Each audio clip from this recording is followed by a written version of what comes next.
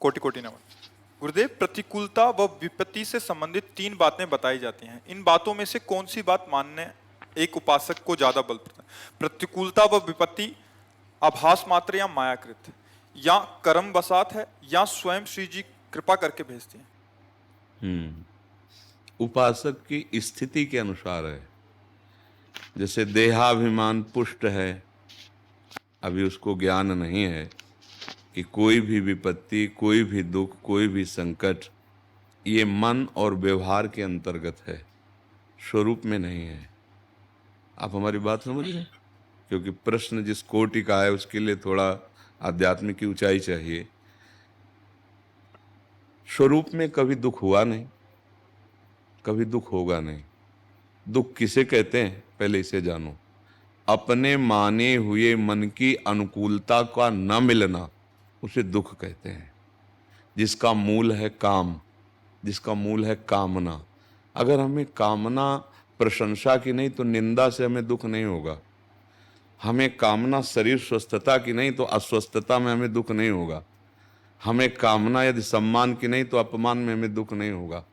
हमें कामना यदि जीने की नहीं तो मरने में हमें दुख नहीं होगा। समझ पा रहे?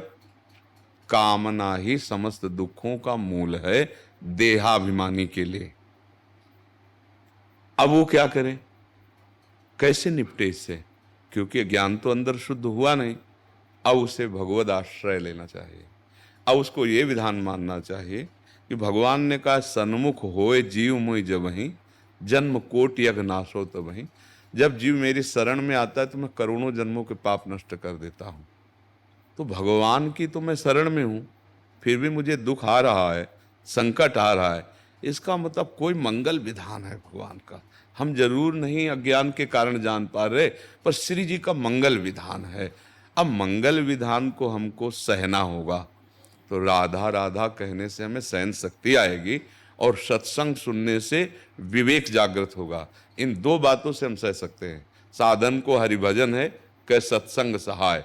सत्संग न मिले तो केवल हरिभजन में रति नहीं हो पाएगी, और हरिभजन ना हो तो केवल सत्संग सुनने मात्र से बात नहीं बनेगी। तो 2 बातें, हरिभजन राधा राधा कृष्ण कृष्ण जो नाम प्रियो, और सत्संग जिससे विवेक के द्वारा हमें समझ पाए कि हमारी लाडली जो हमारे लिए विधान कर रहे हैं। क्यों? क्योंकि हम रागी पुरुष हैं शरीर के। तो इससे राग कैसे हटे? जब कोई गोली ले बजती ला तब बदमाश आत्मसमर्पण करता ला, ये मन बहुत बदमाश है, इसके पास जब कोई बल नहीं रह गया तब आत्मसमर्पण। तो हमारा ये दुख किस काम में आया? भगवत समर्पण के काम में आ गया। महामंगल विधान कर दिया जो हजारों जन्म की साधना से नहीं होता। मुझे लाडली जी ने दुख दे करके अपनी शरण, समझ रहे ना? कोई संशय इसमें? हाँ, अब अज्ञानी जीव क्या करता है, वो सोचता है कि अगर मैं नाम जप करूं, दान पुण्य करूं, तीर्थयाटन करूं, साधु सेवा करूं तो मेरे सारे दुख मिट जाएं, पक्का मिट जाएंगे। पर वर्तमान में आपने अभी शुरू किया है, आपकी फसल है, आगे इसको आने तो दो। अब वो 2-4 दिन या 2-4 महीने, और जहां पीछे वाला दुष्कृत उसको दंड दिया तो घबरा के छोड़ देता है, वो भ्रमित हो जाता है। इसलिए सत्संग और हरि नाम जप करते हुए, राधा नाम जप करते हुए हम समस्त दुखों पर विजय प्राप्त कर सकते हैं। पक्का है नहीं कि हर कष्ट हमें भगवान के नजदीक पहुंचा रहा है।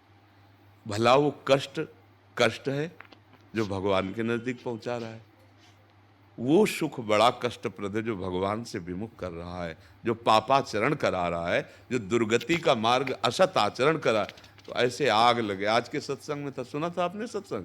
जरो संपत्ति सदन सुख, सुहृद मात पित भाई, सन्मुख होत जो राम सुन करत न सहसा।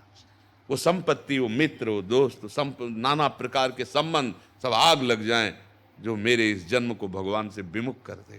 क्योंकि इस जन्म का परम लाभ भगवान की प्राप्ति। तो बलिहारी उस दुख की जो हर समय राधा राधा रटा रहा है, बलिहारी उस अपमान की जो ऐसा लगने लगा कि कोई मेरा नहीं प्रभु, आपके सिवा कोई नहीं। ये बात समझनी है। वैसे सिद्धांततः भजन करो या ना करो, तुम्हारे जो शुभ हैं तो सांसारिक सुख देंगे, जो अशुभ हैं वो सांसारिक तुम्हें दुख देंगे। पक्का अवश्य में भोक्तव्यम कृतम कर्म शुभाशुभम। पर हम केवल भोगने के लिए थोड़ी आए हैं, निकलने के लिए आए हैं। इस भोग चक्र से पुनरपि जननम पुनरपि मरणम पुनरपि जननी जठरे शयनम, इस दुख से निकलने आए। तो यह है निकलने का उपाय, भगवदाश्रित होकर जैसी भी परिस्थिति हो, हमारे प्रभु की बड़ी कृपा, और सच्ची कृपा है। आपको सच्ची कहते हैं। जब कोई काम का नहीं रहता तो क्या आता है जानते हो? रोना। और जब रोना आता है तब भगवान की प्राप्ति हो जाती है। बिन रोए किल पाया प्रेम पिया। अब लगा कि अब तो कुछ नहीं, किसी काम का नहीं रह गया, 5 मिनट चैन से नहीं बैठ सकता दोनों। अब क्या साधन, क्या? तो त्राहिमाम शरणागत, प्रभु अब तो केवल आप ही हमारे साधन हो। आप बन गई बात यार, बन गई वो बात बन गई जो हमारी जन्मों की साधना से नहीं बनती। इसलिए हम कहते हैं दुख, विपत्ति, अपमान ये भगवान की कृपा प्रसाद से आते हैं। भक्त को समझ, संसारी आदमी तो इस बात के लिए बचता है, लेकिन भक्त इसका स्वागत करता है। मैया कुंती ने भगवान से यही जब देखा कि युधिष्ठिर महाराज सिंहासन पर विराजमान हो गए और प्रभु जा रहे हैं, तब दौड़कर रथ के समीप आए और कहा, गोविंद मैं एक वरदान मांगती हूँ। प्रभु ने कहा, बोले मुझे पग पग पर विपत्ति दीजिए। तो भगवान ने आश्चर्यचकित होकर कहा कि बुआ जी, आज तक कोई भक्त ऐसा ले जो विपत्ति मांगे, आप क्यों मांग रहे हैं? बोले प्रभु संपत्ति प्राप्त हुई तो आप जा रहे हो, और विपत्ति हुई थी तो पीताम्बर फहराते हमारी तरफ आ रहे थे। मुझे ऐसी संपत्ति नहीं चाहिए जिसमें आप पीठ करके जा रहे हो। आप आ रहे हो, वो विपत्ति चाहिए, वो दुख चाहिए। तो जिससे हमारा भगवान मिलन हो जाए, वो दुख, वो अपमान कोटि कोटि बंदनी है। और जिससे हमारा भगवान से बिछो हो जाए, माया में फंस जाए, ऐसा सम्मान, ऐसा सुख, जरौ सु संपत्ति सदन सुख, सुहृद मात पितु, आग लगे ऐसे सुख संपत्ति में। समझ रहे आप?